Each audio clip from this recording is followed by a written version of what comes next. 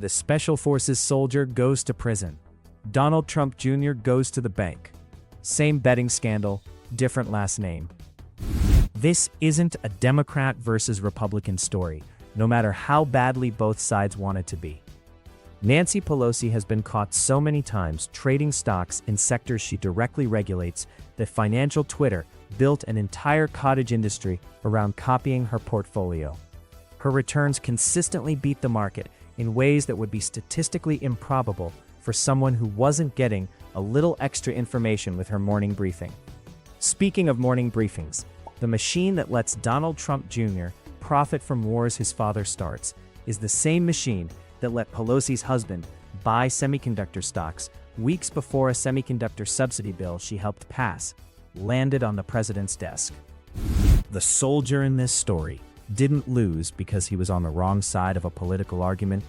He lost because he isn't in the club, and the club has no party affiliation, only a net worth requirement, and his wasn't high enough. Master Sergeant Gannon Ken Van Dyke is a United States Army Special Forces soldier who participated in Operation Absolute Resolve, the classified military mission that pulled Venezuelan President Nicolas Maduro out of his presidential palace in the middle of the night and flew him to New York to face federal drug trafficking charges. He served his country. He did a hard and dangerous job. He was also allegedly placing $33,000 in bets on Polymarket, using the classified information rattling around in his head to turn that $33,000 into $409,000 before breakfast. That's an impressive return on investment by any measure, and also 5 federal crimes.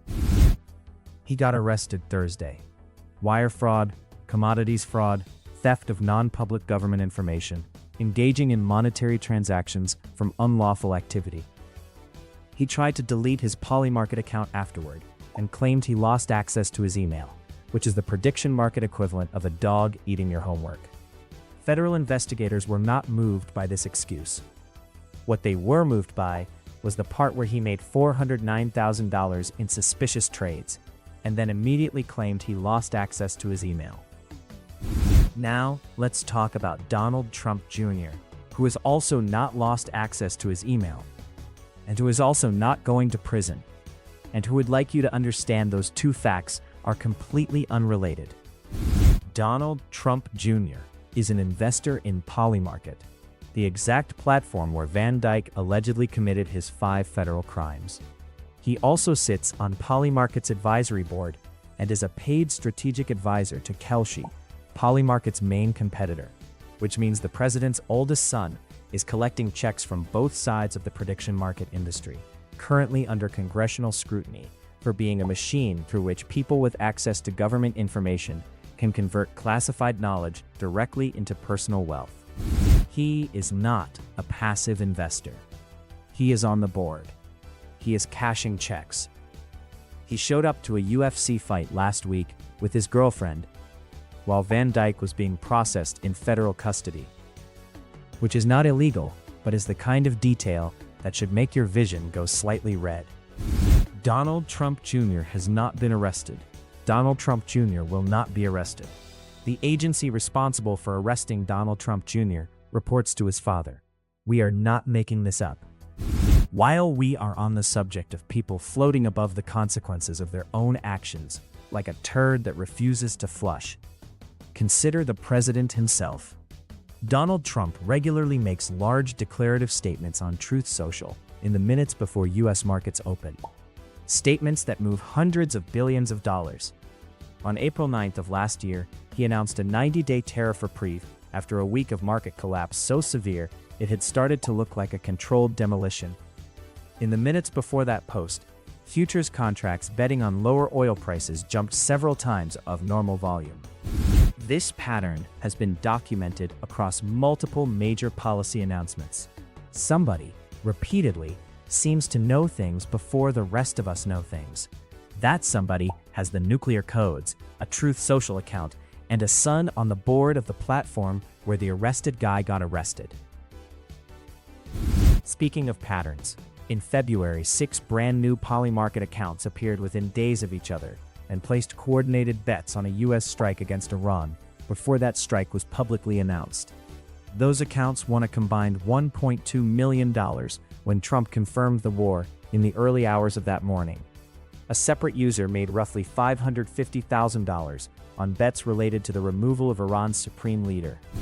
These trades occurred on Polymarket's offshore platform, which operates outside U.S. regulations, which is how it can legally offer markets on war, which is apparently a product category now, because we live in the stupidest possible timeline. Polymarket's CEO has gone on record calling it super cool that his platform creates a financial incentive for insiders to trade on classified information. He said this out loud on the record. Hello out there in internet land. I'm Lily, the editor at The Wise Wolf, and I just wanted to steal a moment of your time to urge you to subscribe to our god-awful channel. Otherwise, my professor is going to press charges for breaking into his office to shoot this clip. Thanks. Bye now. His platform is backed by the president's son. The Commodity Futures Trading Commission, which is supposed to investigate exactly this kind of thing, is staffed by Trump appointees who have lined up squarely behind the prediction market industry that directly pays the president's family. This is not oversight. This is a protection racket with a government seal. Image 1.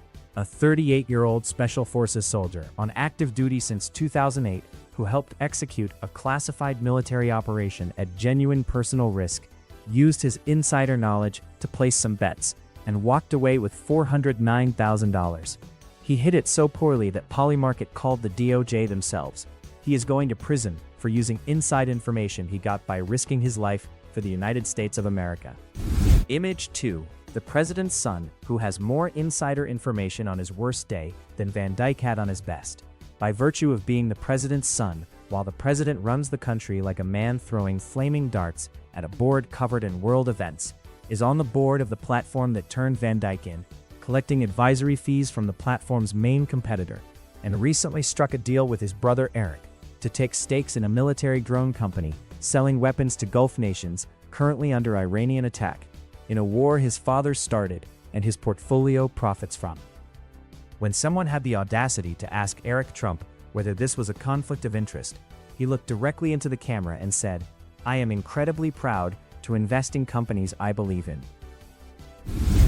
Hold two images in your head simultaneously, because the contrast is the entire story. Image 1. Master Sergeant Van Dyke in federal custody for making $409,000 off classified information.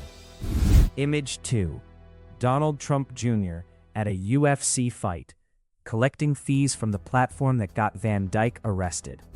Nobody is arresting Donald Trump Jr. Nobody is going to arrest Donald Trump Jr. The people who would arrest Donald Trump Jr. work for Donald Trump Jr.'s father, who has described the entire situation as the world becoming somewhat of a casino, which is the most accurate thing he has ever said, and which he delivered with the tone of a man who owns the casino, the regulatory commission that oversees the casino, and the son collecting fees from the casino's two biggest competitors. J.D. Vance, whose primary skill appears to be saying the quiet part loud in a room full of cameras, made a joke during the same press availability where Trump was asked about Van Dyke's arrest. He joked about Secretary of State Marco Rubio placing a Polymarket bet on whether Iran would be barred from the World Cup. The Vice President of the United States made a joke about cabinet members gambling on geopolitical events their own administration is engineering. This is funny, in the same way a gas leak is funny, which is to say it is absolutely not funny and you should leave the building immediately. The rule of law means the law applies equally, not approximately equally. Not equally for everyone except the people whose family name appears on towers in 4 countries and whose sons sit on the boards of platforms where soldiers get arrested for crimes those sons profit from structurally. Equally. We do not have that. What we have is a system that wears the clothing of equal justice, files the appropriate paperwork, holds the press conferences, and then sends a special forces soldier to prison for doing on a small and stupid scale what the president's family does on a vast and fully institutionalized one. Master Sergeant Van Dyke made a bad decision. The people who built the architecture he got caught exploiting are front row at UFC fights, and they will be there again next weekend and the weekend after that, and nobody is coming for them.